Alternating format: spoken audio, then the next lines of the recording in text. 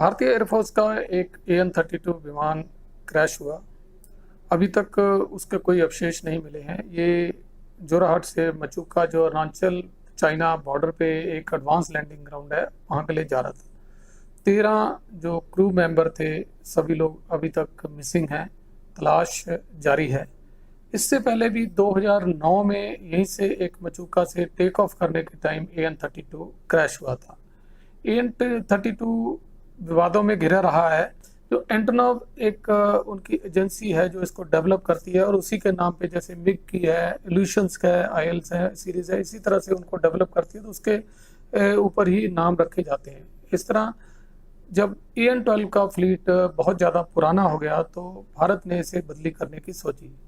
तो जो रशियन थे उस टाइम में, उनके पास ऐसा कोई एयरक्राफ्ट नहीं था जो शॉर्ट लैंडिंग, टेक ऑफ और हाई अल्टीट्यूड वगैरह में भारत की रिक्वायरमेंट पूरी कर सके, क्योंकि उनके पास AN-26 था जो ये रिक्वायरमेंट मीट नहीं करता था।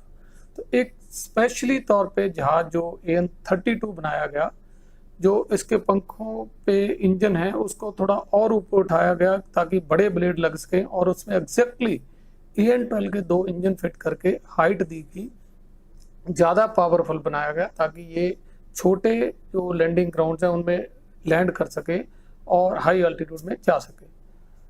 कंट्रोवर्सी उसी टाइम शुरू हुई जो 1986 में, जब ये एयरक्राफ्ट आ रहे थे तो 3 आ रहे थे, जिसमें एक बीच में अरबियन सागर में गायब हो गया, जिसका कोई भी पता नहीं लगा। उसके बाद भी विवादों में घिरा रहा, और सबसे ज़्यादा प्रॉब्लम आई जब रशिया टूट गया तो ये जो फैक्ट्री थी वो यूक्रेन में चली गई और कुछ पार्ट उसके रशिया में रह गए। आपस में तालमेल ना होने के कारण इसकी कोई अपग्रेडेशन नहीं हो पाई। 200 के करीब ये AN-32 बने, जिसमें 130 के आसपास सिर्फ भारत के पास ही है, बाकी 2-4 एयरफोर्स के पास, किसी के पास 4 या 5 की संख्या होगी, और बहुत कम अभी सर्विस में। जहाज 40 साल पुराना है। इसको अपग्रेड करने की कोशिशें जो जारी हुई थी 2010 में हुई, जब कुछ 40 के करीब जहाज भेजे गए यूक्रेन में, पर उनका आपसी तालमेल ना होने के कारण वहाँ कोई अपग्रेडेशन नहीं हुई। उसके बाद इंडिजिनस अपग्रेडेशन शुरू हुई, जिसमें कुछ ही जहाज अपग्रेड हो पाए, और ये जो जहाज अभी मिसिंग है ये अपग्रेडेड नहीं था।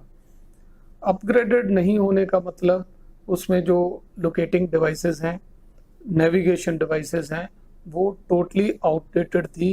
तकरीबन 39 इयर्स पुरानी जो डिवाइसेस थी, और आज के ज़माने में वो बिल्कुल ऑब्सोलीट हैं।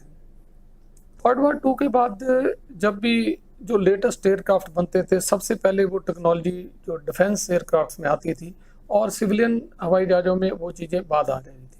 अब खासकर भारत में ये रिवर्स हो गया है कि जो हमारे सिविलियन एविएशन है, क्योंकि इंटरनेशनल स्टैंडर्ड्स हैं और सेफ्टी फैक्टर्स हैं और जो रेगुलेशंस हैं वो बहुत स्ट्रिक्ट हैं। पुराने जहाज अब उड़ नहीं सकते, और कोई भी इंसिडेंस होता है तो उसे बहुत गहराई तक इन्वेस्टिगेट किया जाता है, और उसके वो जो कारण है उनको ढूंढा जाता है और दूर किया जाता है। जबकि एयरफोर्स के जहाज़ों के साथ हम ऐसा नहीं कर रहे हैं। 2016 में जो जहाज मिसिंग हुआ, 2019 हो गया, हमने कोई अपग्रेड नहीं किया। 2009 में इसी जगह में जहाज हमारा गायब हुआ, तो हमने पिछले 10 सालों में कोई उसको अपग्रेड की कोशिश नहीं करी। इससे पहले जो 2016 में एक AN-32 जो अंडमान निकोबार जा रहा था वो गायब हो गया, और उसका कोई सुराग नहीं मिला। तकरीबन 1000 घंटे की जो सॉर्टीज उसको ढूंढने के लिए लगाई गई, फिर भी कोई सुराग नहीं मिला। अरुणाचल की जिन दुर्गम पहाड़ियों में हाई अल्टीट्यूड में हमारे पायलट जहाज उड़ाते हैं, वहाँ पे फ्लाइंग एक हजार्डस टास्क है। छोटी छोटी वैलीज के बीच में उड़ना पड़ता है।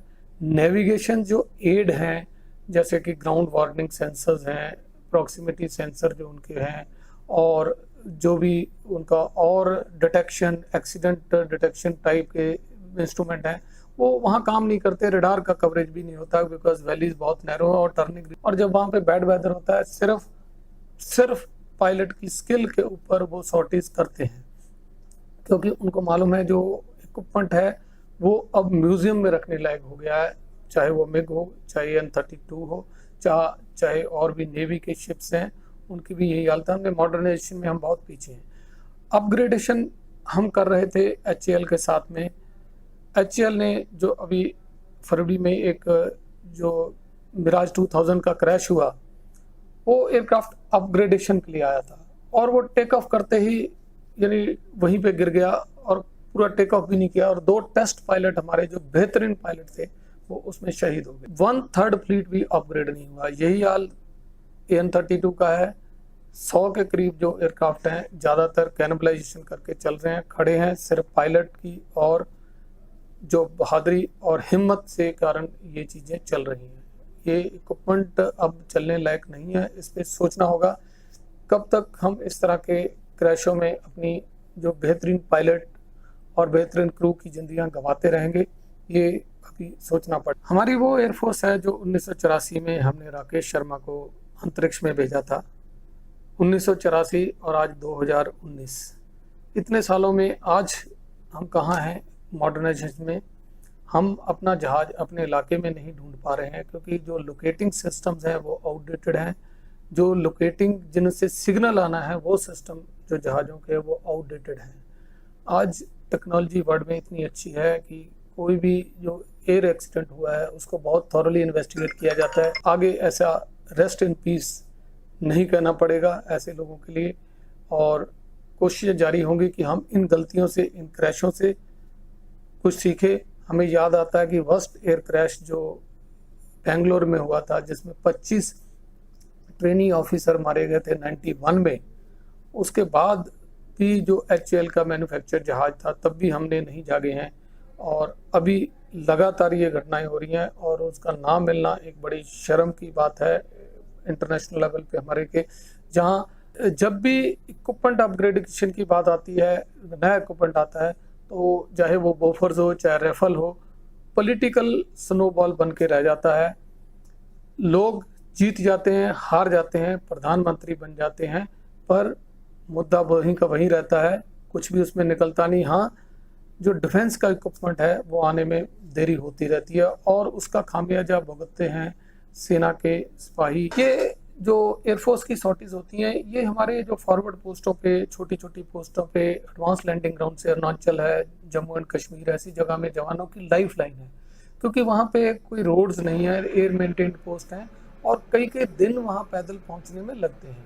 तो इसलिए उन लोगों के लिए हमारे पायलट्स रिस्क लेते हैं क्योंकि उनके पास जो लाइफ लाइन है, राशन, चिट्ठियाँ, कम्युनिकेशन, जो भी उनका अपने घर बार परिवार से कांटेक्ट होता है वो सिर्फ एयरफोर्स की तरह होता है। और इसी तरह एयरफोर्स के जवान जब वहाँ पे कोई कैजुअलिटी होती है, चाहे वो हेलीकॉप्टर हो चाहे दूसरा हो, तो बड़ी मेहनत के साथ पूरी कोशिश करके उनको इवैक्यूएट करने की कोशिश करते हैं। हम स्ट्रेच कर रहे हैं अपनी जो ह्यूमन रिसोर्सेज को, उनकी एंडोरेंस को, जबकि एंडोरेंस तभी मैच कर सकती है जब हमारा इक्विपमेंट मॉडर्न हो और वो साथ दे। यहाँ पे सारी जो फ्लाइंग है वो पायलट की स्किल के ऊपर होती है और छोटी से छोटी मिस्टेक 0.001% की बहुत घातक हो सकती है। तो फ्लाइंग कंडीशंस वहाँ पे टफ हैं और इस तरह के ऑब्सोलेट इक्विपमेंट के साथ हम मेंटेन नहीं कर सकते। आज ज़रूरत है, नई सरकार है, नए रक्षा मंत्री हैं, कि हम इन इंसिडेंट्सों से सीखें कि 2009 और 19 के बीच में अगर वैसा इंसिडेंट दोबारा होता है और हम उसे लोकेट भी नहीं कर पा रहे, तो ये जरूर सोचने वाली बात है और इस पर हमें ध्यान देना चाहिए कि इन चीज़ों की मॉडर्नाइजेशन के ऊपर ज़रूरत है। सरकार चाहे कोई भी हो, फौज जो है देश की है और देश को उसकी ज़रूरत है, इसलिए जो बेस्ट होता है इक्विपमेंट है वो तीनों सेनाओं के पास होना चाहिए। जय हिंद।